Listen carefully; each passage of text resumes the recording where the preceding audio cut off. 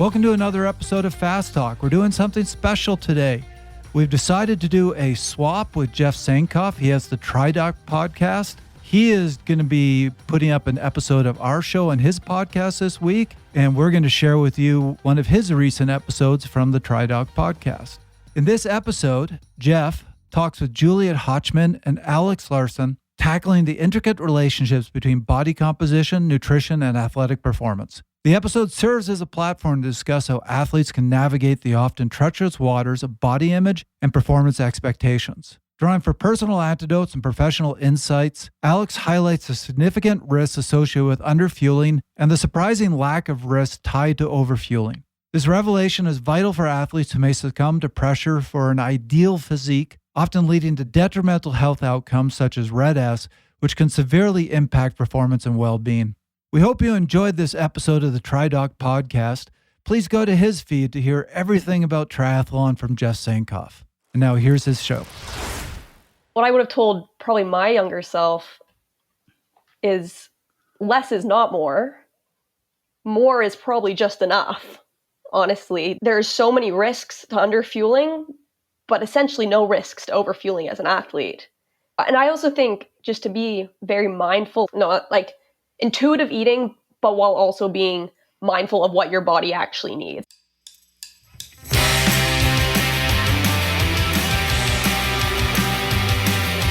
Hello, and welcome to the TriDoc Podcast. I'm your host, Jeff Sankoff, the TriDoc, an emergency physician, triathlon coach, and multiple Ironman finisher, coming to you, as always, from beautiful, sunny Denver, Colorado. The voice you heard at the top of the program was that of my guest, Maya Watson. Maya is an up-and-coming age group triathlete and soon-to-be professional. She had a stellar 2024 season as part of the TTL development team and recorded her first overall wins at the 70.3 Victoria and 70.3 Oregon races. She talks to me about what it's been like finding that success and where she goes from here. And that's going to be coming up in just a little while.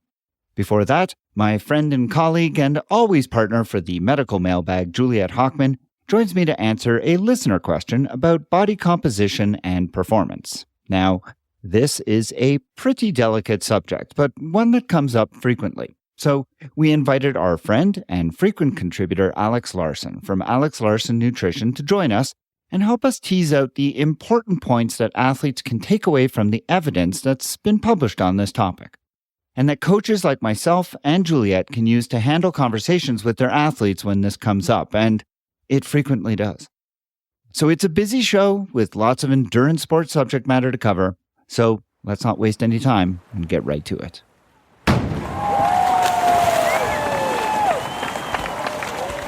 It's time again for the medical mailbag, that section of the program, when I'm joined by my friend and colleague, Juliet Hochman. Juliet, how are you doing this morning? I am great. Just fresh in from a little run myself. Great way to start the morning. Thanks. Beautiful fall morning here in Oregon. How about you?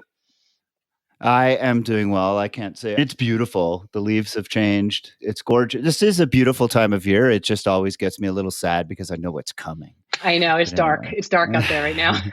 It's not as bad, however, for both of us as it's going to be for our guest who's joining us on the medical mailbag today, who is living in a much more dire winter-esque kind of place. The frozen that is tundra. Alex Larson. Alex, a friend of the podcast who's been a guest of ours several times, is joining us because we have a question that's very pertinent to her. Alex, welcome back to the TriDoc Podcast. Thanks for having me back. Alex, before we get started, I understand you're launching your own podcast in the near future. Do you want to take a moment to just tell us about that? Yeah, it's called Endurance Eats. So it's all on endurance nutrition topics. And it launches in January 2025. So working on recording some episodes, getting that ready to go. It'll be in seasons. So I'll have a season one. I'll have like 12 to 15 episodes that first season. I'll take a little break because you guys know I got 3 young kids at home. So I can't guarantee I'm always going to have content all year round. And then we'll have a season 2 come out later on in 2025. Ooh, I am All right, writing this fantastic. down right now. Jeff knows I'm not very good with podcasts, but Endurance Eats, I got it. January 2025. We'll Yes, the trailer's already out, so you can already subscribe and follow. So when it launches, you'll be able to catch the episodes. Awesome. All right, I'll put a link to that in the show notes, and we will, of course, announce that when Alex goes live with it in the new year. But for now, we have a listener question to answer. Juliet, what are we tackling today? Why is Alex joining us for I this know, question? this is going to be an interesting topic. So this question comes from one of our listeners, Justin Raphael. Thank you so much, Justin. It's always better when we get questions from our listeners rather than trying to make them up ourselves. And he asks, is there an ideal body composition for athletes to consider striving for in order to optimize their performance? And then he goes on to ask, what is the accuracy of the different modalities by which body fat percentage is measured? So this is a topic that I know Jeff and I speak about a lot offline as coaches and how to help athletes with this question when it comes to us. So I'm excited about this discussion today. So where are we going to start, Jeff? Yeah, it's a tough one. And that's why I wanted Alex here, because it is a tough one. It's so fraught. And I want to take a moment to thank my intern, Nina Takashima, who did the research for this. We had a really interesting conversation when she came back to me with what she found. And we have to be really careful. We have to tread carefully. We know that nutrition in athletes is a fraught conversation. That's why I wanted Alex here to help us out with it. And we also know that there is this really fine line. If you watched much of the Olympics this year, you spent any time watching track athletes, you no doubt saw that there was a very common body type. And that body type among the sprinters tended to be very ripped, very muscular men and women. And amongst the middle to long distance athletes, it tended to be incredibly lean people, not much muscle, and certainly not much body fat. And that was the common theme across any sport of any elite athlete, was the absence of any kind of defining body fat. And there is evidence that kind of supports this notion that reducing body fat does result in improvements in performance across different kinds of sports. There is a paper that came out in 2023, and it was developed by a subgroup of the IOC consensus panel that works on relative energy deficiency in sport. So interesting. This is a group that actually worked to define REDS and continues to do work on nutrition in sport and continues to come up with recommendations. And they reviewed the literature and actually showed that it's true. If you gain in lean mass, you will show an improvement in your ability to perform in just about all sports. You will show, and this is in measurable metrics such as peak average power output in cycling, sprint performance, work economy, improved jump skills, and even performance across team sports. And there is a negative association with performance variables such as race time and average speed with increasing body fat percentage. So these things are definitely linked. Unfortunately, there is an abundance of literature that shows that amongst athletes who strive to work for these kinds of body composition goals, they get into trouble. They get into trouble if they go too far, but there is a ceiling, let's put it that way. Running and body fat, walking the tightrope of optimum performance is another paper that we found. And in this paper, basically in measuring body fat levels across different kinds of runners, it was found that men and women were running levels of body fat that are not seen in normal human beings. Basically, levels less than 10% in men, less than 15% in women.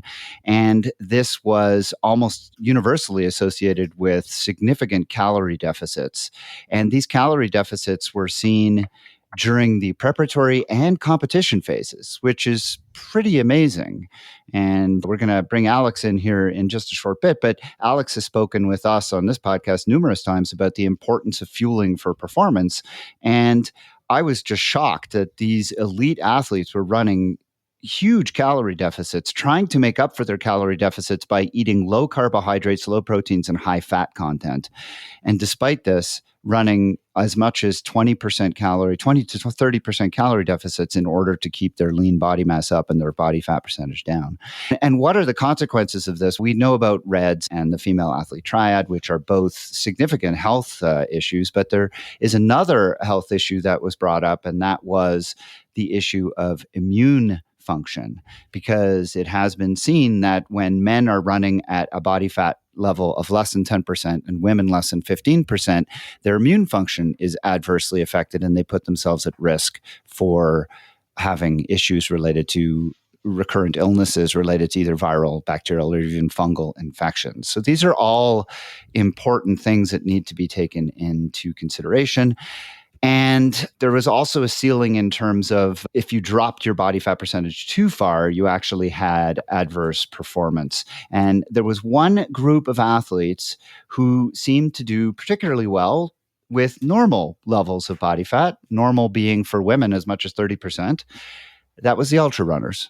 People who were running really long distance, we see, and if you look at an ultra runner, you look at some of the women who are performing really well, they look like normal women. Yeah. A lot of the men look like normal men. And that's not surprising when you are performing those long kinds of distance events. You're generally performing at a level, zone 1, zone 2, where you're actually metabolizing fat as opposed to carbohydrates. So it's not that unusual that they would run more normal levels of body fat.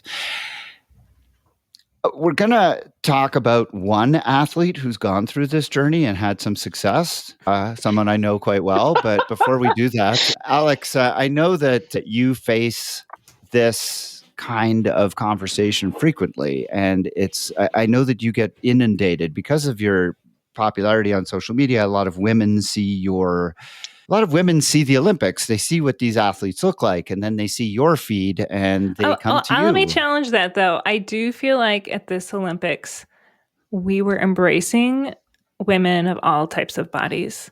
There was a lot of coverage on like the power lifters or the shot putters or discus throwers and the variety of body types and how these are all elite athletes and they all come in different shapes and sizes.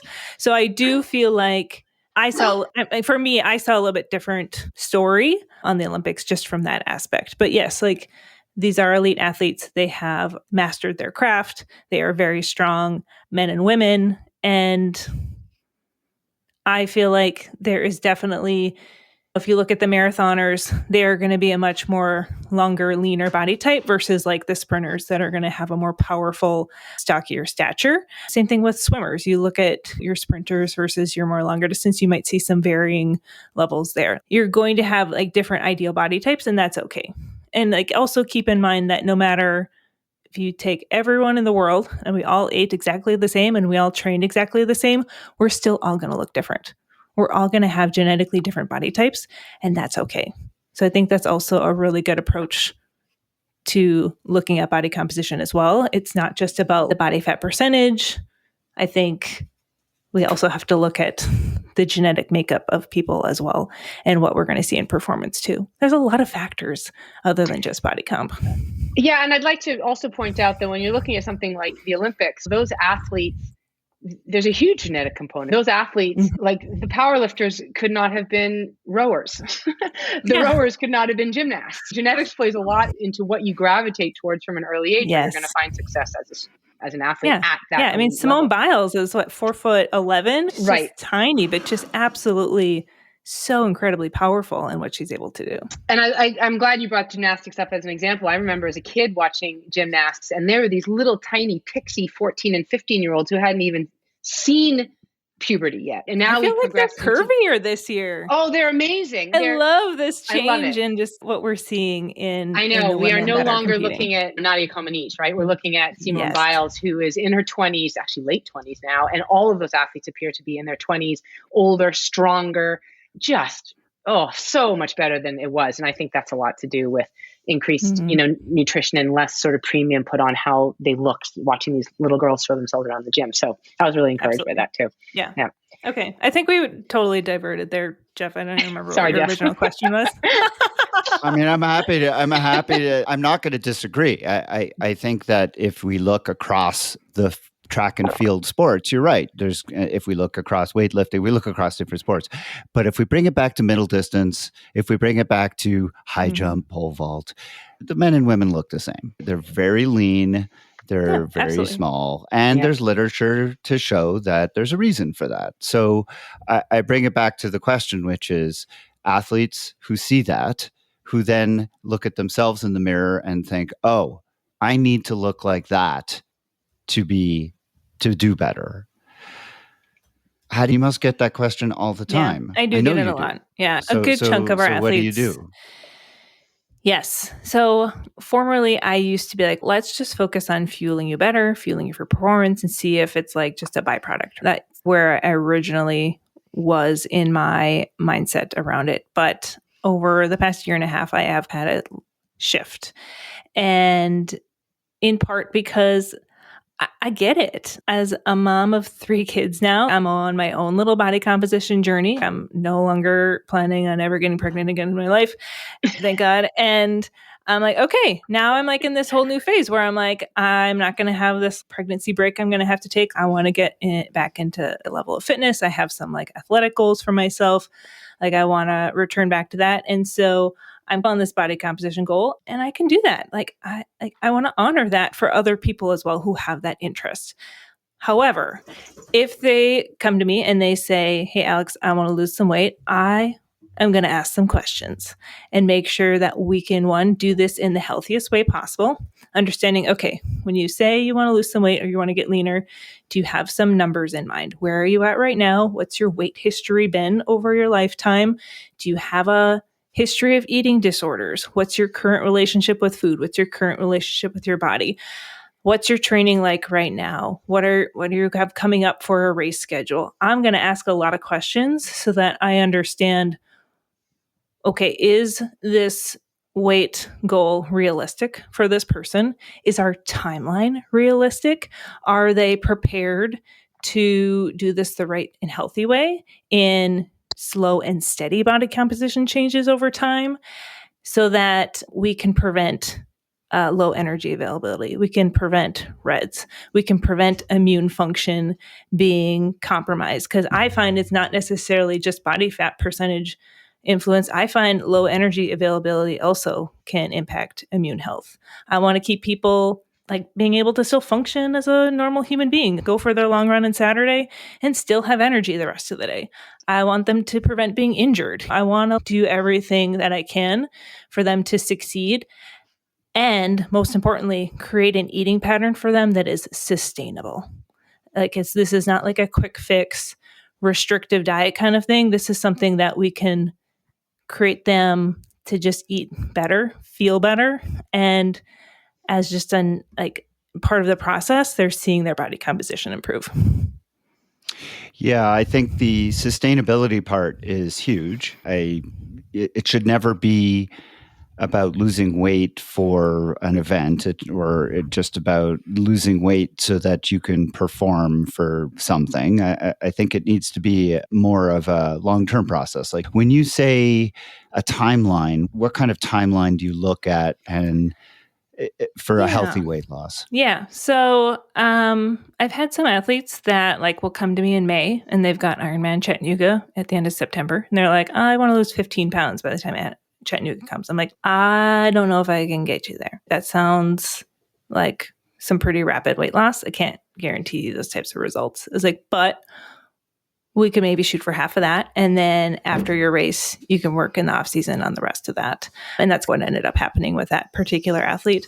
Or other times we have athletes who really do well in the program and they see 20 pounds weight loss in 4 or 5 months. We've got a couple that are graduating right now. We have a cyclist that he's down 22 pounds in 5 months with Mary. And great. Like we're so excited for them and very seamless process with them. No issues with low energy availability, like potential for REDs. We have those situations where we see really great success.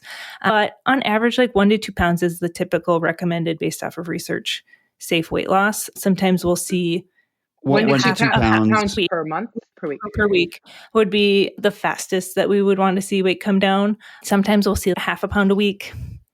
Or like with women, this is what I find even with myself, is based off my cycle. Like in that luteal phase, the weight loss will like plateau. And then as soon as I get into my follicular phase, the weight will drop down 2 pounds like within a couple days. And Water thing. yeah, it's just a water fluctuation thing. And so you have to work with that too with female athletes and their cycle as well. Does it matter if the athlete is coming to significantly more overweight? If an athlete has a higher body fat percentage, is more overweight, can you tolerate a larger weight loss early? What we might expect to see is maybe initially they see the weight come down a little bit quicker, and then it'll steady out a little bit more consistently. I had one athlete who lost about 22, 23 pounds, and she wasn't even really weighing herself. She just knew that she was losing weight because her clothes were fitting differently, and she was having to go down sizes in clothing. And then eventually she went to the doctor and actually got weighed in, and she was like, oh, wow, I've actually lost, 22 pounds. And for her, it was pretty steady, but she really revamped her diet within a couple months and built some nice consistency with that. That's the thing. You got to put in the work in order to see those results too. Like you have to be in that mindset of, okay, yeah, I'm ready to make some changes with my nutrition. I'm ready to put in like that commitment to myself. And like, we do tend to see like a really nice transformation for them. Yeah.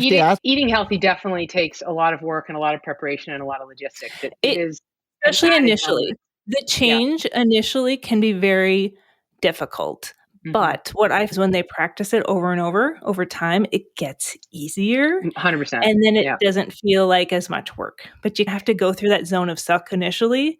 A lot of planning. Where it feels like you're putting a lot more thought and planning and work into it. But once it starts to feel routine, that's when the magic really happens. Yeah, 100%. Do you require that your athletes who have stated weight loss goals come to you with certain testing like body fat percentages, which you're working with up front so you can track the data as you move along? Some of them do come with that. Some of them do not. I'm very open to what works for them because sometimes I feel like we get too focused on the numbers and it can be really harmful to their mental health.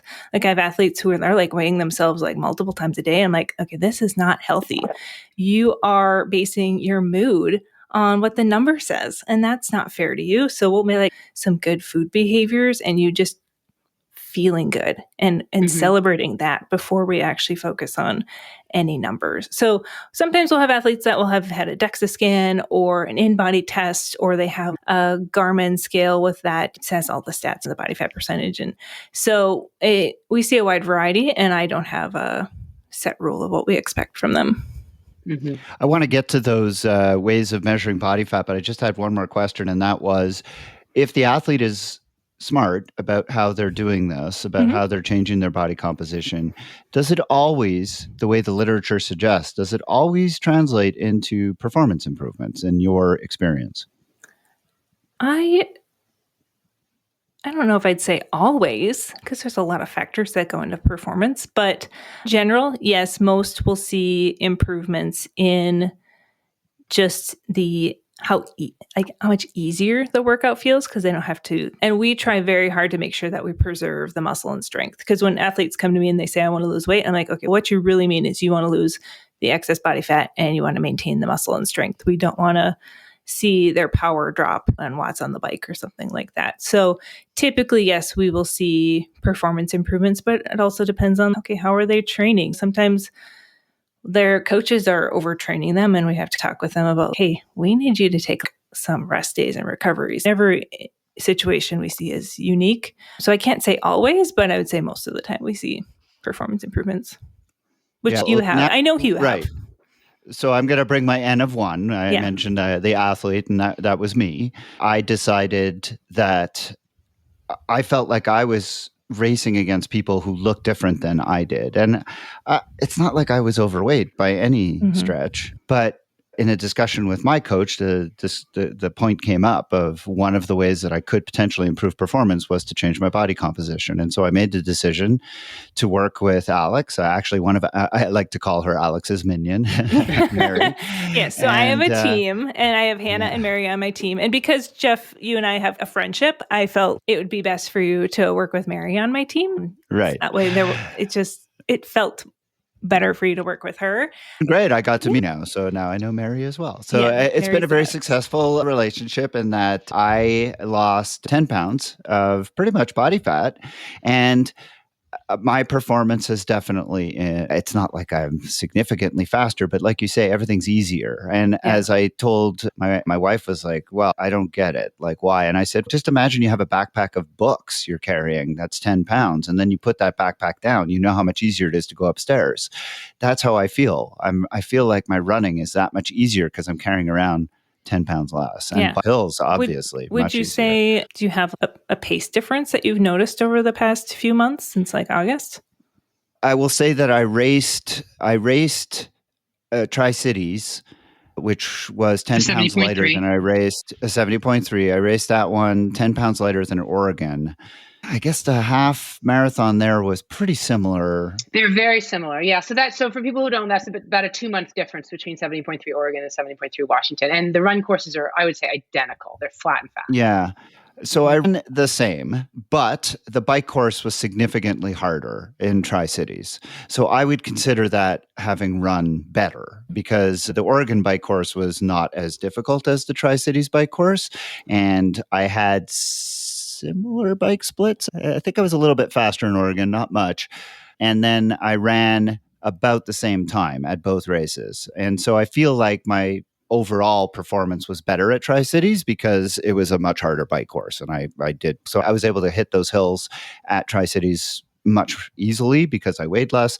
And then I was able to run quite efficiently and quite effectively. So overall, I feel like my performance did improve with a different body composition. And I'm looking forward to see how it goes in Worlds in December, which was really my target race for doing this in the first place. So and then after that, of course, it's the holiday season and we'll see how sustainable it is. I was going to say, I know that Jeff, you've always had this sort of annual periodicity of your weight, right? And at Christmas time, you find that extra challenge of the wine and the cheese and the crackers.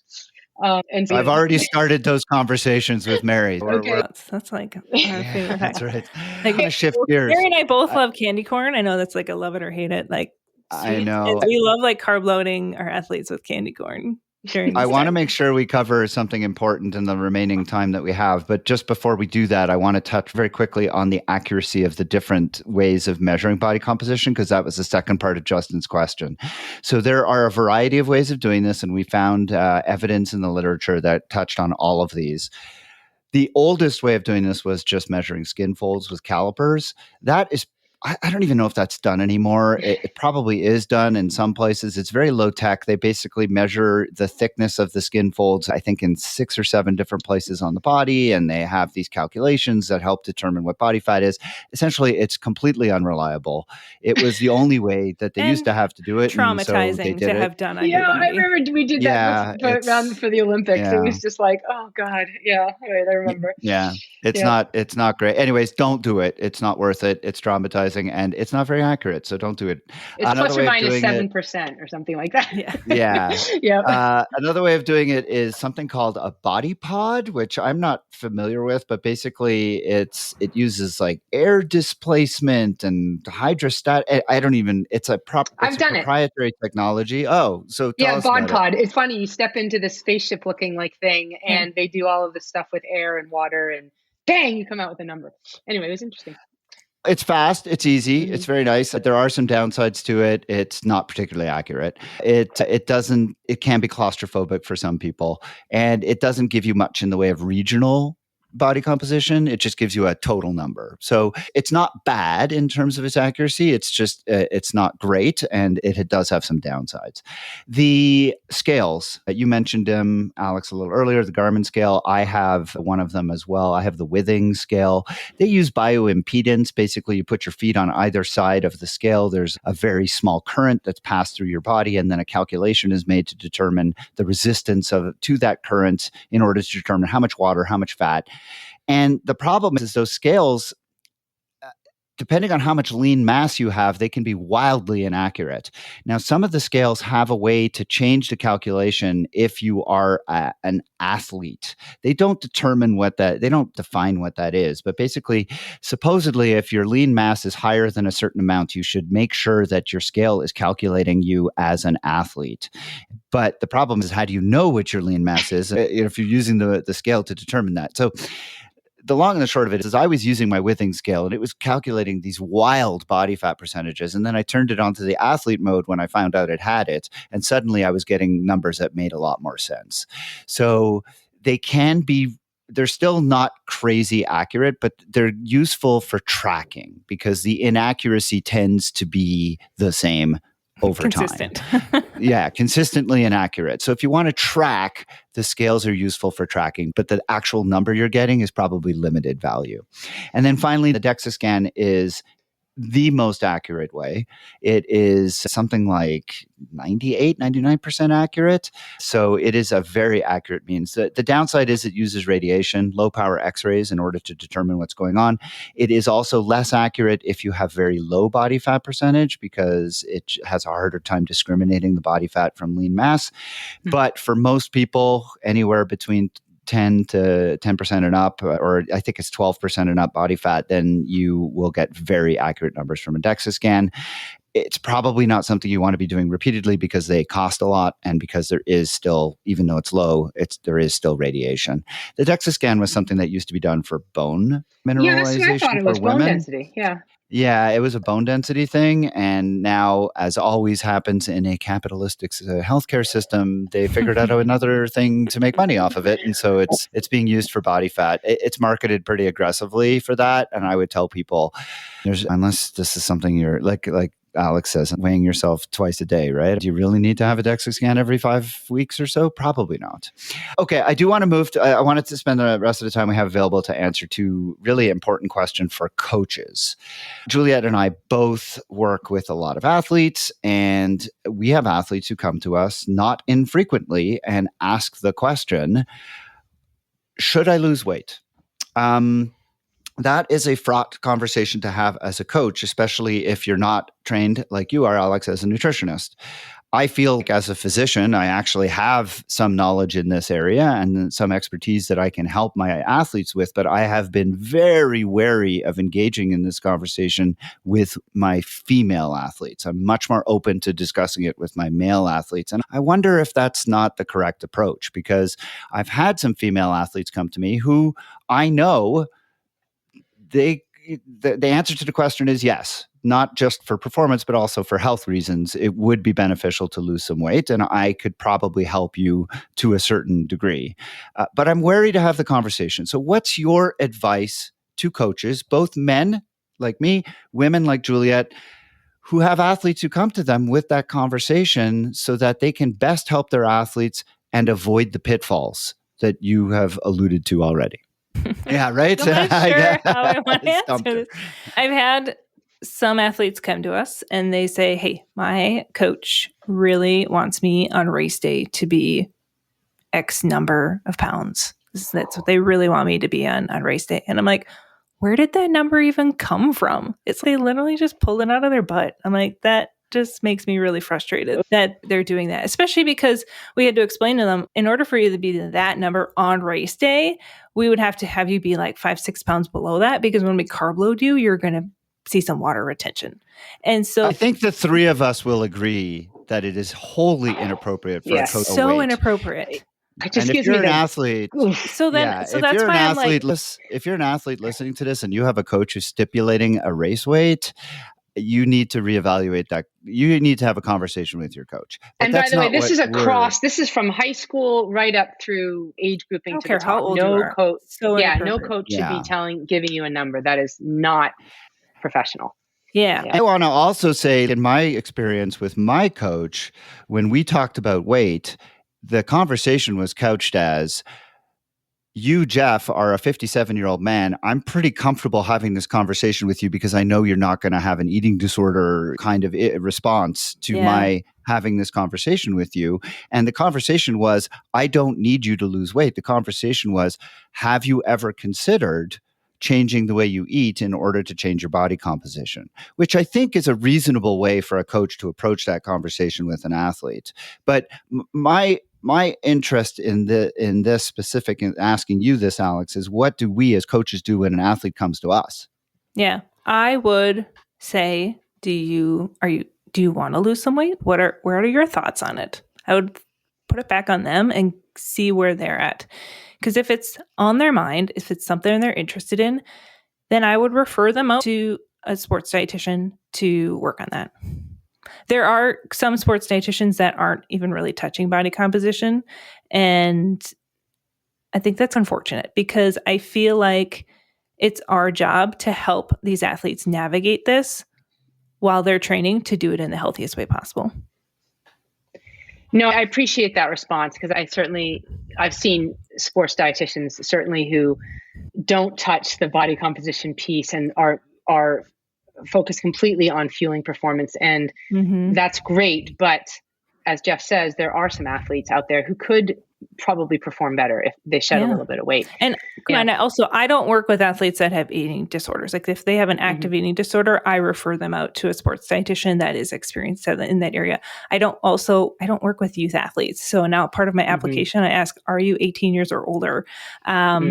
Because if they check no, then I'm like, yeah, you're getting sent off to a dietitian that does work with youth. I have a very specific type of athlete that we like to work with. And if you're not the right fit for me, then it's just like this gut feeling. It doesn't feel like something that we can be like the best fit for. So I will usually refer out to other dietitians. But if you're an adult, you're looking to improve performance, you're struggling with things, maybe energy levels, or maybe you're training more than ever and you're feeling like you're eating well, but you're seeing the scale go up, that's the time to come and have us help you navigate that and create an eating pattern that's very sustainable for you, that's personalized to your unique lifestyle so that you can feel your best, train well, stay healthy, and feel strong and lean.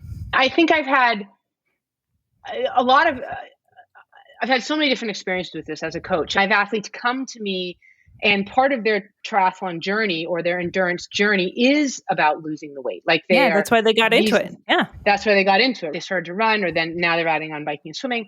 And I respect that. I mean, good for them. Like they're really trying to do something about this and make themselves healthier adults.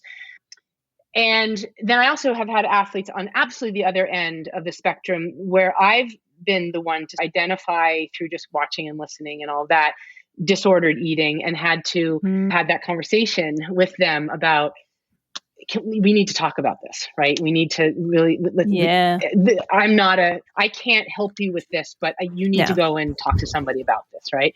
And then the third bucket is people who come to me who have been working through disordered eating for a long time, for years, and just managing that in an open conversation with them in terms of training and fueling, et cetera. And I do feel like sometimes I could use a little help here doing the best I can.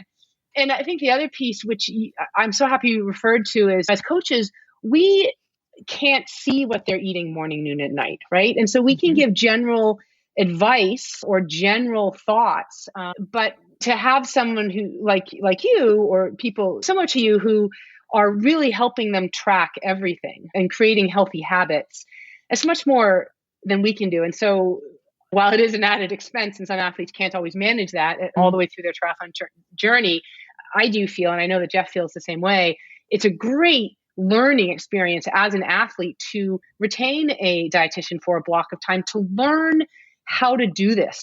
Because a lot of times I think even very smart, educated, bright adults are like, oh.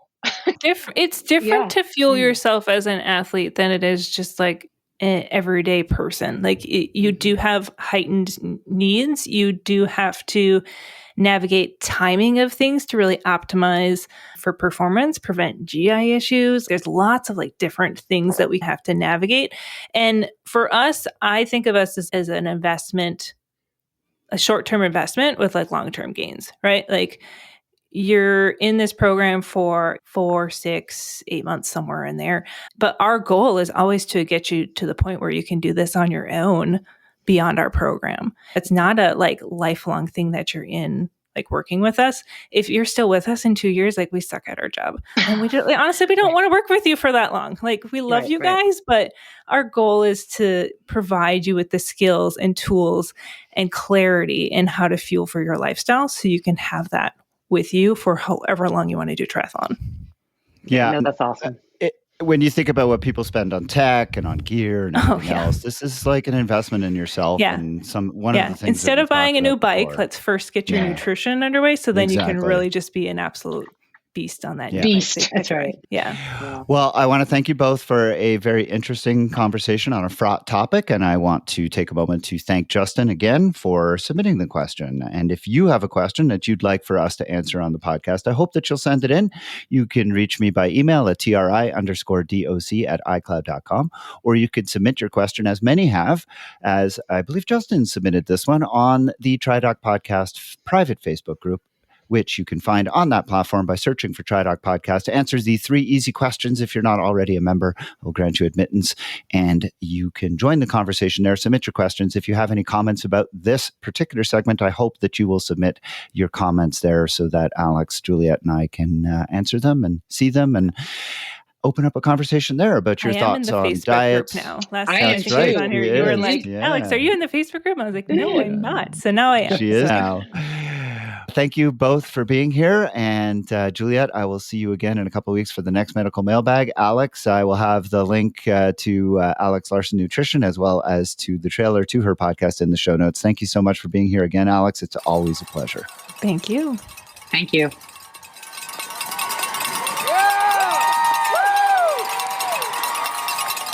My guest on the podcast today is Maya Watson. Maya is an aspiring professional triathlete who lives in Victoria, British Columbia. She has burst onto the scene of the 70.3 circuit with overall wins at Victoria and Oregon this year, and she's looking to make her professional debut at a race in the near future, although she first needs to deal with some injury issues. Currently, she is working for VinFast, one of the major sponsors of Ironman, and she does so as an executive assistant to the corporate national sales team. And in her former life, she ran cross-country and track at McGill University, my very own alma mater that is found in Montreal, Quebec. But for now, she is joining me from Victoria. Maya, welcome to the TriDoc Podcast. Hi, thank you for having me. It's a pleasure. Maya, you really have come on to the triathlon scene with aplomb. I got a chance to race against you last October, where I want all the listeners to know I beat her by 2 seconds. And it'll never happen again, but I'm going to forever keep that on my palmarès that I beat Maya by 2 seconds. It's a very exciting moment for me. But Maya, you weren't always a triathlete. This is a very kind of recent thing for you. How did you get to multisport? I dabbled in it when I was about 5-6 years old because I came from a family of multisport. I remember doing the kids' triathlons just here in Victoria, BC. And growing up, I tried all the different sports, but I kept doing swim club on the side. And I always loved to run. I was super competitive in all the local cross-country meets. I just starting it from a young age. I think I always had the skills in my back pocket, but I actually stopped triathlon probably when I was 13 because I didn't want to do swim club anymore and just continued to play soccer through high school and did a little bit of track and field. And then I went to McGill University and I decided to walk on to the cross-country team, or try to walk on, I should say, and just made the cut, honestly. But I'm really grateful they did. And I had an amazing 4 years running for the McGill track and cross country team and just focusing on single sport. But where the triathlon comes into play is it's most young runners experience. They get injuries. So I would text my dad, who's a coach, and say, what do I do now? And he would write me a spin bike program, or he would tell me to go swim in the pool for 1 kilometer. And essentially and then every summer I would go home from university, and he would put me on a triathlon program to get me all healthy to go to school again in the fall and race cross country, and where I would just get injured again. It's really, it's a common theme. I had a chance to talk to Tamara Jewett, who ran track at University of Toronto and was very successful, except that she continuously was getting injured. Now, for her, a big part of her injuries were related to just nutrition. And this seems to be a problem for a lot of female athletes. They are pressured either by coaches or just internal forces to think that they need to lose weight to be faster, that they don't eat well, and it leads to a lot of injuries. Did you have that as part of the issue, do you think, that led to injury? Or was it just running is injury prone?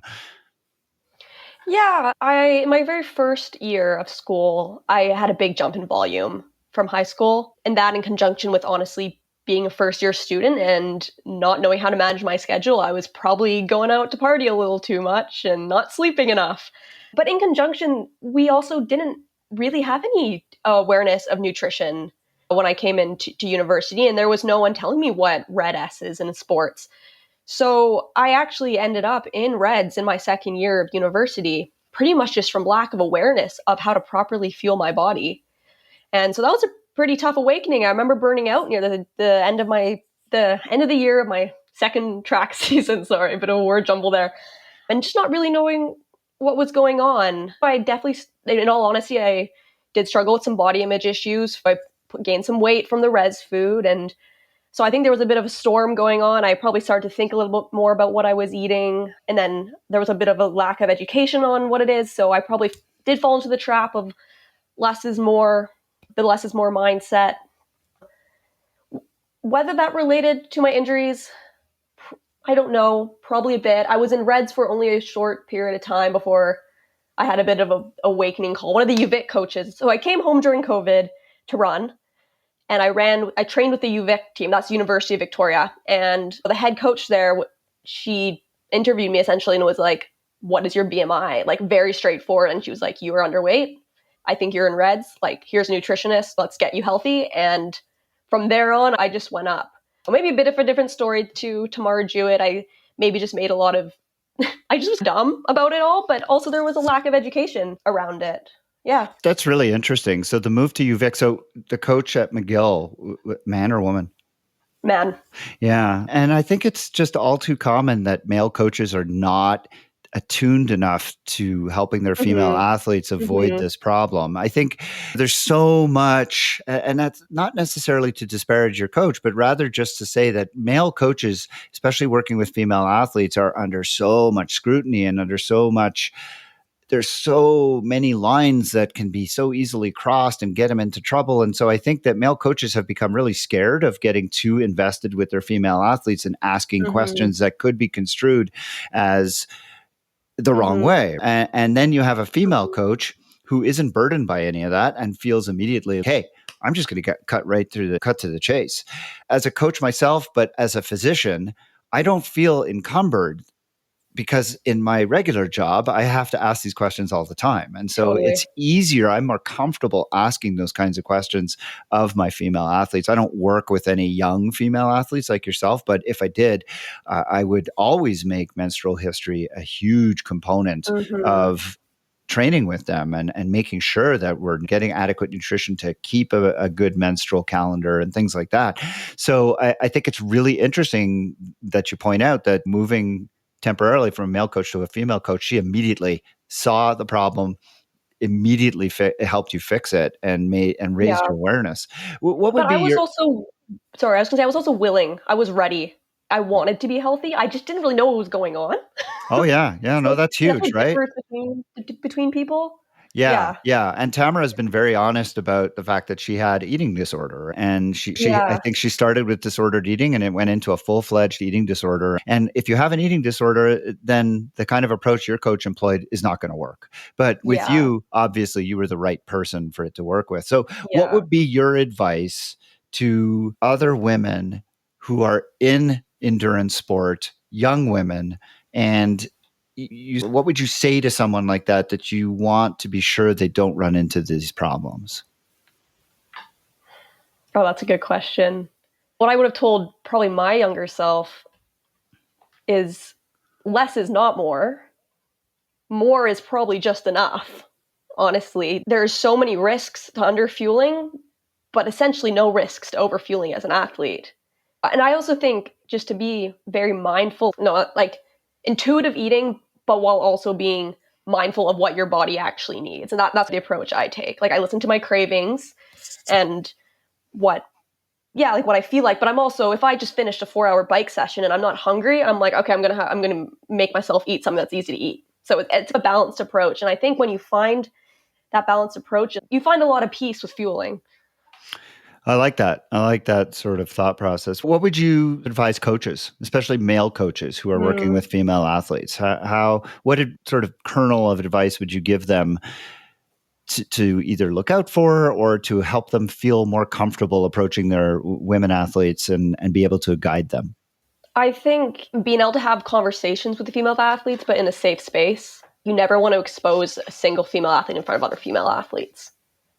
So I think if you have that conversation in a safe space, the woman might be able to be a little bit more vulnerable with what they're feeling or experiencing.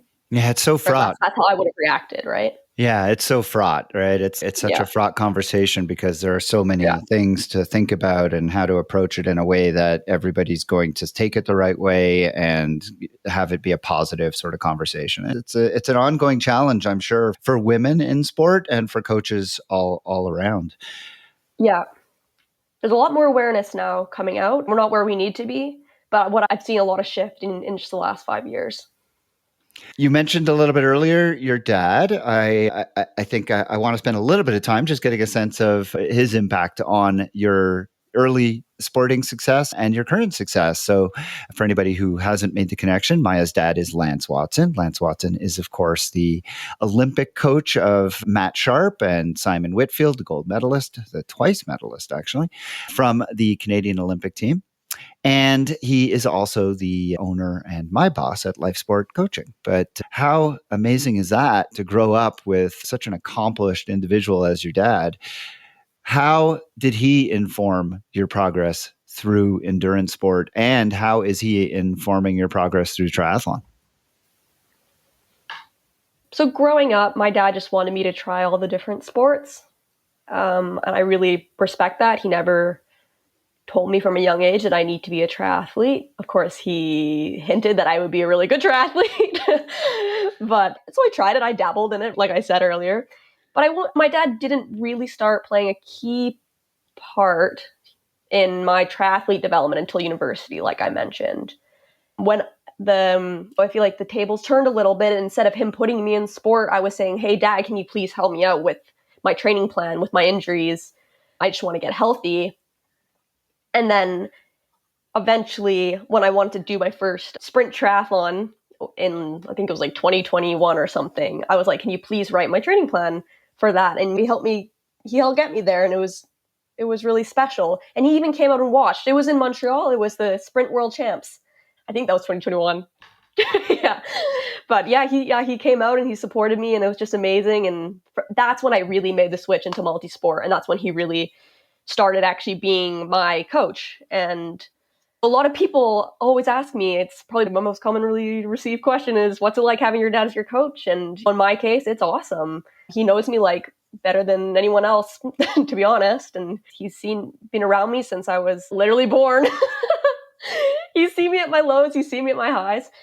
But why I think it really works is he really takes a holistic approach to coaching, or at least to my coaching. And the way he schedules my year is very much so I can have balance. In my year, he encourages me to go on vacations. He encourages me to have some fun.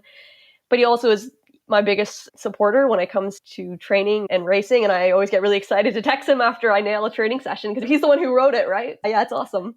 That's cool. I had a conversation recently with Mark Cullen, who you said you had met previously. Yeah. And one of the things I asked him was what it was like coaching his wife and whether or not that engenders any kind of conflict around the dinner table.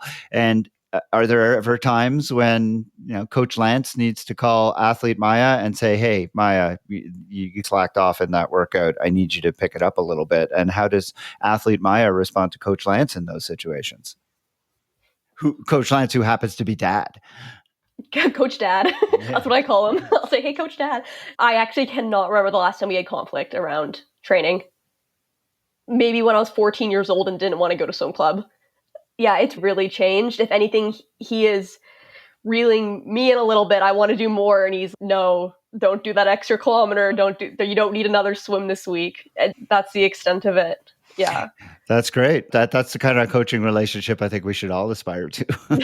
I feel really lucky. At this point in your career, what do you consider your strengths and what do you consider your weaknesses? I think my strengths as of recently has been biking. I've put in a lot of work in the bike last year, in part because of issues with injuries and running. I've seen a really big jump in my power output across races.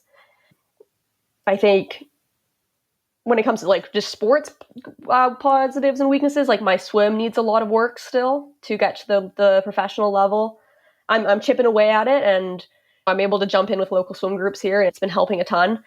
Also, a weakness is definitely, like my body hasn't adjusted to the volume of training required to be a successful 70.3 athlete. So I've been dealing with a lot of probably like biomechanical issues and little injuries here and there. And I'm actually down with E-band syndrome right now. So it's been pretty frustrating, but yeah, I'm lucky to have good people in my corner to help me stay positive, like my dad and my friends. Yeah. Yeah. What have been some of the kind of bigger stepping stones that have helped you get to where you are? Everybody needs, obviously your dad's been a huge one. Has there been anything else that's given you the push that helped you find the success? Yeah, first of all, success in running. That started at McGill. I had a great coach named Luke Moran. He's actually also a triathlon coach, but he wasn't doing my triathlon coaching. And he was an awesome mentor the first years of school. Kyla Rollinson, coach in Quebec and Montreal, has been an amazing female coach supporter for me. I was sad to leave her when I left Montreal. And then recently I was put onto that Triathlon Life Development team, and that has opened up a whole community of people for me that have been super supportive. And Paul and Eric have been great mentors. That's great. And what are your aspirations for the future? I know that you're champing at the bit to turn pro. What are your kind of hopes and dreams for the short and medium term? So short-term hopes and dreams are to be able to just be healthy again and train. It's been pretty tough right now, not being able to get on my bike at all or anything. Medium term, definitely to switch to professional racing. I feel excited and I feel ready to do that now. I feel like I proved to myself in my Oregon performance that I'm ready to compete against those women. So that's a really exciting prospect for me to train towards. And do you think 70.3 is your sweet spot? Is there any aspirations to race shorter or even longer? I love shorter races. I actually think I'm pretty talented at the standard distance, probably draft illegal, not draft legal. Can't swim well enough for that. But there's just less opportunities for that. But I think it'd be fun to do St. Anthony's, is it, next year? Also, my body recovers better from that distance, at least at this age. So no aspirations for the Olympics? No, I gotta be realistic here. Okay. And then longer, would you ever consider an Ironman? Like it's a seed that's been planted in my brain, and I'm super inspired by those athletes who can do an Ironman, and I would absolutely love to do one day. My body needs to be able to handle even just 70.3 training at this point. So yeah, maybe ask me again in 5 years. Yeah. Do you have any, you mentioned Paula, but are there any other people in the pro ranks? Obviously through your dad, you've probably got access to people. Is there anybody that you have been speaking to or reaching out to as someone to, plan your entry into the pro ranks? When I think about turning pro, it's obviously something that I would never in a million years have been able to do. And it's not something that's in my future, but I just imagine it's daunting going from a top age grouper to now it's a whole new world. Have you reached out to anybody? Are you talking to anyone who's trying to help you to navigate this? Yeah, I mean, I've spoken a bit to Brent McMahon, who my dad coached literally Brent's entire career. And he's been super reassuring and helpful. I've talked to Matt Sharp a little bit too, just super positive guy. A few of the athletes on the TTL development team are lovely. And a few of them, actually one woman just started her first year pro this year. So I picked her brain a little bit on it. Yeah, it's daunting, but I'm excited and I'm okay with getting my ass kicked. I think it's all part of the process. Do you see this as a lot of people go pro knowing that they're just going to spend their career getting their ass kicked. But I don't see that in you. I see you as somebody who aspires to be at the top. So do you see this as at least a kind of short to moderate term like career? Is this something you're going to invest in full time at some point? Or do you think this will just be, as long as it's fun, I'm going to keep doing it? I think with both of those mindsets, I'm not going to do triathlon unless it's fun. Like that actually is probably my number one goal. I'm like, this needs to be fun. But I also I'm a pretty competitive driven person and I want to see where I can take it. So I think if the more success I have, which I hopefully will have, the more maybe life decisions I'll make to support the triathlon lifestyle. Yeah. So I'm just seeing where he goes one step at a time right now. And we've talked a lot about your dad, but I think we'd be remiss if we didn't mention the fact that your mom is also, she was an elite runner. Am I right in saying she ran for Canada in international competitions? Yeah, she was the top runner in Canada for a decade, probably. Oh, only a decade, and I didn't know this. So I don't have her genetics. You're coming from some pretty good genetics. What's that been like? How has she informed your training? How has she informed your career? Oh my gosh, my mom is like the most chill, easygoing woman ever, which maybe is counterintuitive to what you hear about a lot of professional female runners. But from a young age, she's always just been ridiculously supportive of whatever I want to do. I was a musical theater kid all through high school, and she was like, this is amazing, keep doing this. She's been amazing pivoting back to triathlon. She's amazing with the psychological help. With my injury right now, just being able to talk to her, she is so supportive and just she can completely empathize, right? Because she's been through it all herself. So she's amazing on the mental side. My dad probably he has more of the coaching, the training structure. But my mom is like my built-in therapist, honestly. That's great. That's good to have that so accessible. I think most of us would be thrilled most of us pay for that kind of stuff, and you just got it right in the house. So that's pretty nice. I'm so grateful for it, though. I do not take it for granted. Yeah, I feel really lucky. So if all goes according to plan, St. Anthony's would be on your calendar potentially. Do you have anything else planned, or are you just going to see how it goes? If I do get another race in this year, it'll probably be at Indian Wells. If I'm healthy, like the plan right now is just to get healthy and then choose a race. In the back of my mind, I'm like, Indian Wells, that's a few months away, still have time. And it might be a good race to do my pro debut at as well. 2025, I have no idea yet, except for St. Anthony's. Awesome. You got time. You're all of 24 years old. So we can look forward to watching you for quite a while. Maya, I can't thank you enough for being here. It's been a lovely conversation. I am very excited to see you in person. I don't know when that will be, but hopefully sooner rather than later. Maya Watson is an aspiring professional triathlete. She has overall women's age group wins at Victoria and Oregon this year. And we are all looking forward to seeing her back on course. Maya, thanks again for being here on the TriDoc Podcast. Thanks for having me. It was so much fun.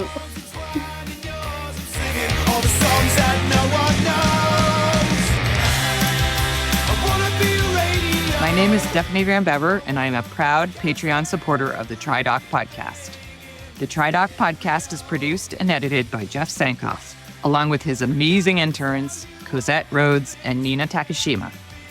You can find the show notes for everything discussed on the show today, as well as archives of previous episodes at www.tridocpodcast.com. Do you have questions about any of the issues discussed on this episode? Or do you have a question for consideration to be answered on a future episode?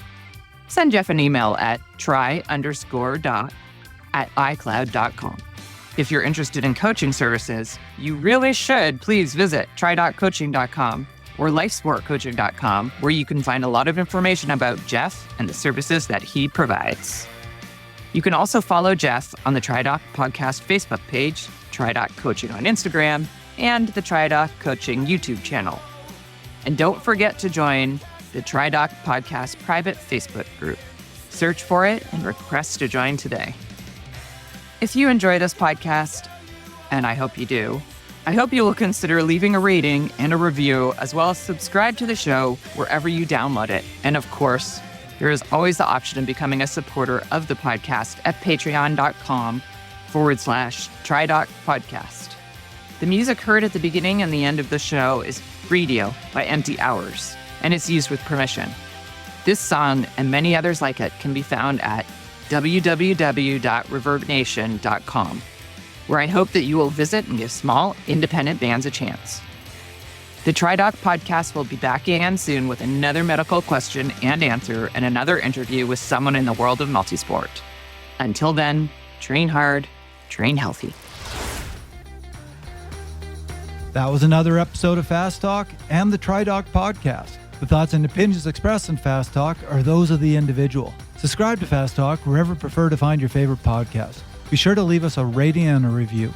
As always, we'd love your feedback. Tweet us at FastTalkLabs. Join the conversation at forums.fasttalklabs.com or learn from our experts at fasttalklabs.com. For Jeff Sankoff, Juliet Hochman, and Alex Larson, I'm Trevor Connor. Thanks for listening.